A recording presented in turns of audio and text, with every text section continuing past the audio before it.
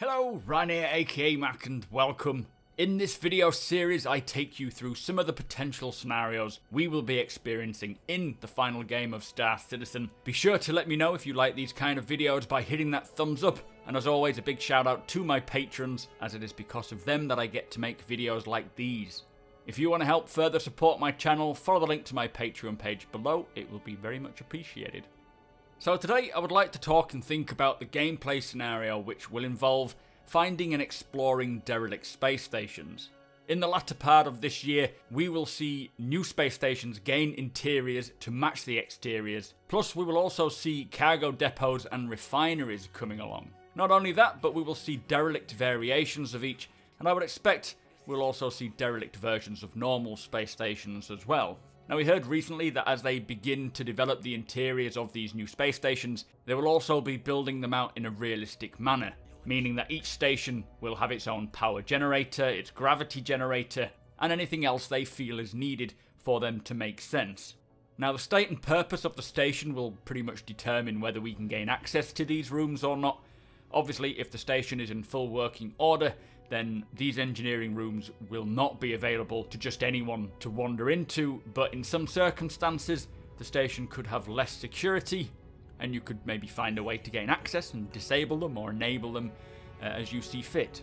Now, there are many scenarios which can come from this knowledge, but for now, we are just going to focus purely on what could happen if you stumble upon a derelict space station. So imagine, for whatever reason, you and your crew come across this space station, and as you try to hail the air traffic controller, you realise that there's no response. With no ATC to grant you official landing rights, you decide to take matters into your own hand and just get a closer look. Let's say for the scenario, I'm using my Drake Caterpillar, as I will likely be on a cargo run to somewhere when we come across a station. Perhaps we're hoping to refuel or even just stretch our legs. As we approach the station, I would have a crew member scanning for any potential threats or evidence which could help understand why it's derelict, just trying to gather as much information as possible to ensure that we're not walking into a trap. It would also be quite useful to have a member of the crew maybe looking up the station on the Galactopedia, finding out what the station was and whether there was any information on why it's derelict previously or what's happened recently. Also, whether they could get schematics or an internal map to aid when exploring it. I will have others setting up the Caterpillar's command module in preparation for a boarding party to investigate further, and by this I mean ensuring that we have weapons, medical supplies, the appropriate suits and equipment like scanning devices and hacking devices, all just within the Caterpillar's module at hand if and when needed. I would also ask the flight crew to prep the main Caterpillar section to be as undetectable as possible for when the command module detaches, potentially leaving a single or a pair of crew members on board the main section just for security reasons.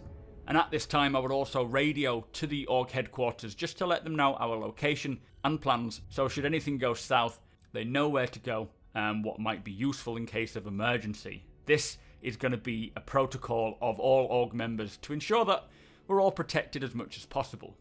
So once we're all ready, I would gather the crew into the command module and detach from the main section of the Caterpillar and make our way down to the station's landing pad. I would brief the crew, asking them to stay vigilant and communicate everything we see.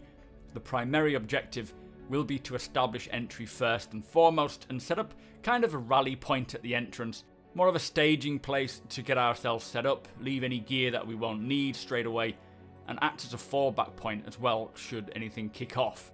So once we've hacked our way through the door if it's closed, and we've got ourselves set up with this new rally point, we will determine what needs to be done next. Maybe we split into a team of 2, a team of 3, maybe a couple of teams or 3 teams, depending on what numbers we have, and just restore the necessary systems like power, gravity or communications, and find out whether anyone is alive and what might have happened. So with that in mind, I would probably have Alpha Team to try and locate the main power generator and gravity generator. Obviously, we're assuming here that the power is off. I would expect both these systems to be located in engineering, so they would task themselves with finding both areas. It would be very useful if we managed to find our way to the main entrance of the station as well, hoping to potentially locate a map or a plan if we don't have one to start with, either downloading it to our mobiGlas or making a mental note of the route to take to important areas of the station.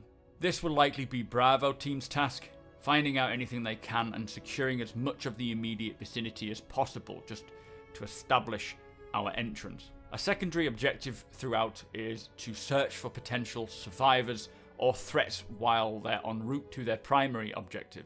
Priority is of course regaining power and gravity and security, but should we encounter anyone or anything, we need a plan at hand to handle it. Now once both teams have their orders, we will set about exploring. What happens during this time is where the real fun lies. If the exteriors of these stations are anything to go by, then the interiors could be huge, vast expanses littered with rooms and points of interest. There could even be a tram system taking you from one side to the other, so exploring a station could result in, an hour or two worth of gameplay.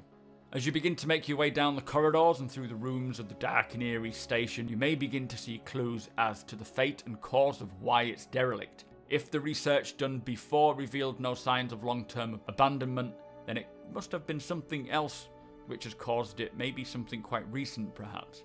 There could be bodies floating around, or maybe no one in sight. There could be clues dotted about the station which just help to identify what happened, maybe holotabs or recordings which people maybe left to try and get word out. There could even be a security office with CCTV showing exactly what went down, meaning that once power and security is established, finding the security offices could be the next objective.